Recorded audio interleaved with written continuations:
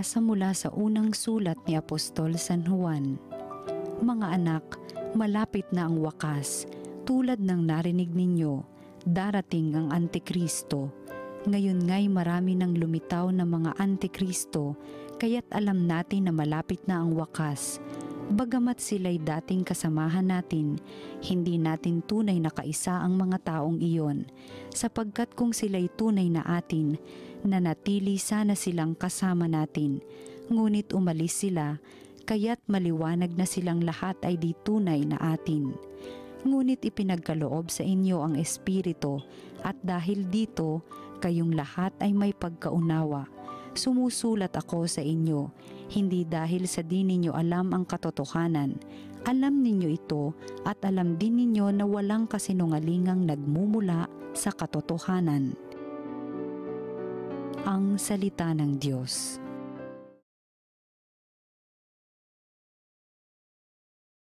Magalak ang kalangitan at daigdig ay magdiwang. Purihin ang Panginoon, awitan ng bagong awit. Panginooy papurihan nitong lahat sa daigdig. Awitan ang Panginoon, ngalan niya ay purihin. Araw-araw ang ginawang pagliligtas ay banggitin. Magalak ang kalangitan at daigdig ay magdiwang. Lupa't langit ay magsaya, umugong ang kalaliman. Lahat kayo na nilikhang nasa tubig ay magdiwang. Ang bukirin at ang lahat ng naroon ay sumigaw. Pati mga punong kahoy sa galak ay mag-awitan. Magalak ang kalangitan at daigdig ay magdiwang. Panginooy pupurihin pagkat siya ay daratal. Paparito sa daigdig upang lahat ay hatulan. Tapat siya kung humatol at lahat ay pantay-pantay. Magalak ang kalangitan at daigdig ay magdiwang. Ang simula ng mabuting balita ng Panginoon ayon kay San Juan. Sa pasimula pa'y naroon na ang salita, kasama ng Diyos ang salita at ang salita ay Diyos. Kasama na siya ng Diyos sa pasimula pa. Sa pamamagitan niya, nilikha ang lahat ng bagay at walang anumang nalikha ng hindi sa pamamagitan niya. Mula sa kanya ang buhay at ang buhay ay siyang ilaw ng sangkatauhan. Nagliliwanag sa kadiliman ng ilaw at hindi ito kailanman nagapi ng kadiliman. Sinugo ng Diyos ang isang tao na nagngangalang Juan. Naparito siya upang magpatotoo tungkol sa ilaw at manalig sa ilaw ang lahat dahil sa patotoo niya. Hindi siya ang ilaw kundi naparito siya upang magpatotoo tungkol sa ilaw. Ang tunay na ilaw na tumatanglaw sa lahat ng tao ay dumarating sa sanlibutan. Nasa sanlibutan ang salita. Nilikha ang sanlibutan sa pamamagitan niya, ngunit hindi siya nakilala ng sanlibutan. Naparito siya sa kanyang bayan, ngunit hindi siya tinanggap ng kanyang mga kababayan. Ngunit ang lahat ng tumanggap at nanalig sa kanya ay pinagkalooban niya ng karapatang maging anak ng Diyos. Sila nga'y naging anak ng Diyos, hindi dahil sa isinilang sila ayon sa kalikasan, ni sa pita ng laman o sa kagagawan ng tao. Ang pagiging anak nila ay buhat sa Diyos. Naging tao ang salita at siya'y nanirahan sa piling natin. Nakita namin ang kanyang kapangyarihan at kadakilaan, puspos ng pag-ibig at katapatan. Tinanggap niya mula sa Ama ang kapangyarihan at kadakilaang ito bilang bugtong na anak. Nagpatotoo si Juan tungkol sa kanya at ganito ang kanyang sigaw. Siya ang tinutukoy ko ng aking sabihin. Ang darating na kasunod ko'y higit sa akin, sapagkat siya'y siya na bago pa ako ipanganak. Dahil sa siya'y puspos ng pag-ibig, tayong lahat ay tumanggap mula sa kanya ng abot-abot na kaloob. Sapagkat ibinigay ang kautusan sa pamamagitan ni Moises, ngunit ang pag-ibig at ang katotohanan ay dumating sa pamamagitan ni Hesukristo. Kailan may walang nakakita sa Diyos, subalit ipinakilala siya ng bugtong na anak. Siya'y Diyos na lubos na minamahal ng Ama. Ang mabuting balita ng Panginoon. Pinupuri ka namin, Panginoong Hesukristo.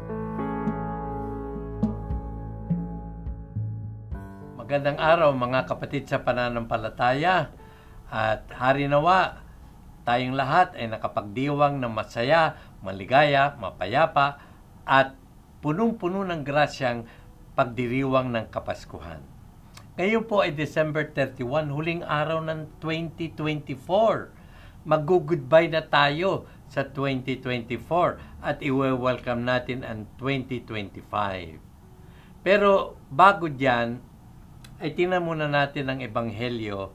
Ito po ang unang kabanata ng Ebanghelyo ni Saint John the Evangelist. Sa English, in the beginning was the Word. Sa simula't simula pa ay ang salita. Anong ibig sabihin nito? At ang salita ay kasama ng Diyos, at ang salita ay Diyos. Sa simula pa lamang, ipinaliliwanag na sa atin na iisa ang Diyos. Pero tatlo sa pagkapersona: Diyos Ama, Diyos Anak, at Diyos Espiritu Santo. Wala pong simula ang Diyos, at wala pong katapusan ang Diyos. Basta ang Diyos ay nariyan always, forever and ever. Siya po ang makapangyarihan, siya po ang maluwalhati na lumikha sa lahat ng bagay. At sinasabi din po sa banal na ebanghelyo ni Saint John na ang lahat ng bagay ay nilikha ng Ama sa pamamagitan ng kanyang anak at Espiritu Santo.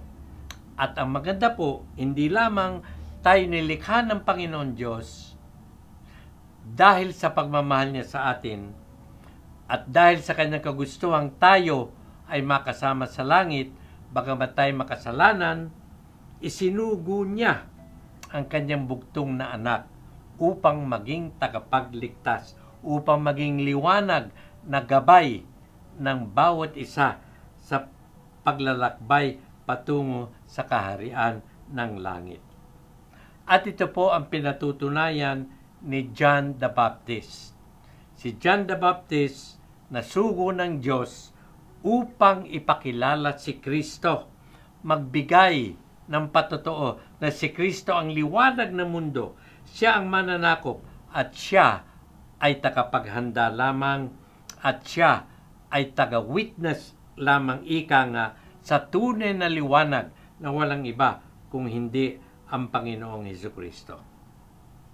Ang sabi ng John the Baptist, dumating ika nga ang salita ng Diyos na naging tao sa ating piling. Subalit, hindi siya kinilala ng mundo. Hindi siya tinanggap ng mundo. Pero, sa mga tumanggap sa Kanya, ay kinikilalang anak ng Diyos, mga ampon ng Diyos, sapagkat ganyan tayo kamahal ng Panginoon. Nanahan sa atin ang pangalawang persona ng Banal na Trinidad, at ito nga ang ipinagdiwang natin nitong nakaraang Pasko. At siya'y patuloy na nanahan sa atin. Kapiling natin, Emmanuel, ika nga. Hindi niya tayo kalilimutan, hindi niya tayo pababayaan, hindi niya tayo tatalikuran, bagkus laging kasama natin ang salita ng Diyos, salita ng buhay. At huwag din natin kalimutan, nabanggit ko kanina, last day of the year. Goodbye 2024. Welcome 2025. Iwanan na ang ating hindi magandang ginawa, inisip, winika at ginawa nitong nakaraan, at harapin ang panibagong handog ng Panginoon 2025, puno ng pag-asa, puno ng pananampalataya, puno ng pananalig sa tulong at awa ng Poong May Kapal, na itong taong ito tayo makapagbigay puri sa Poong May Kapal, Ama, Anak at Espiritu Santo, at laging sumunod sa kanyang kalooban upang tayo nga ay maging tunay na mga anak ng Diyos ngayon at magpakailanman. Amen. Happy New Year to everyone.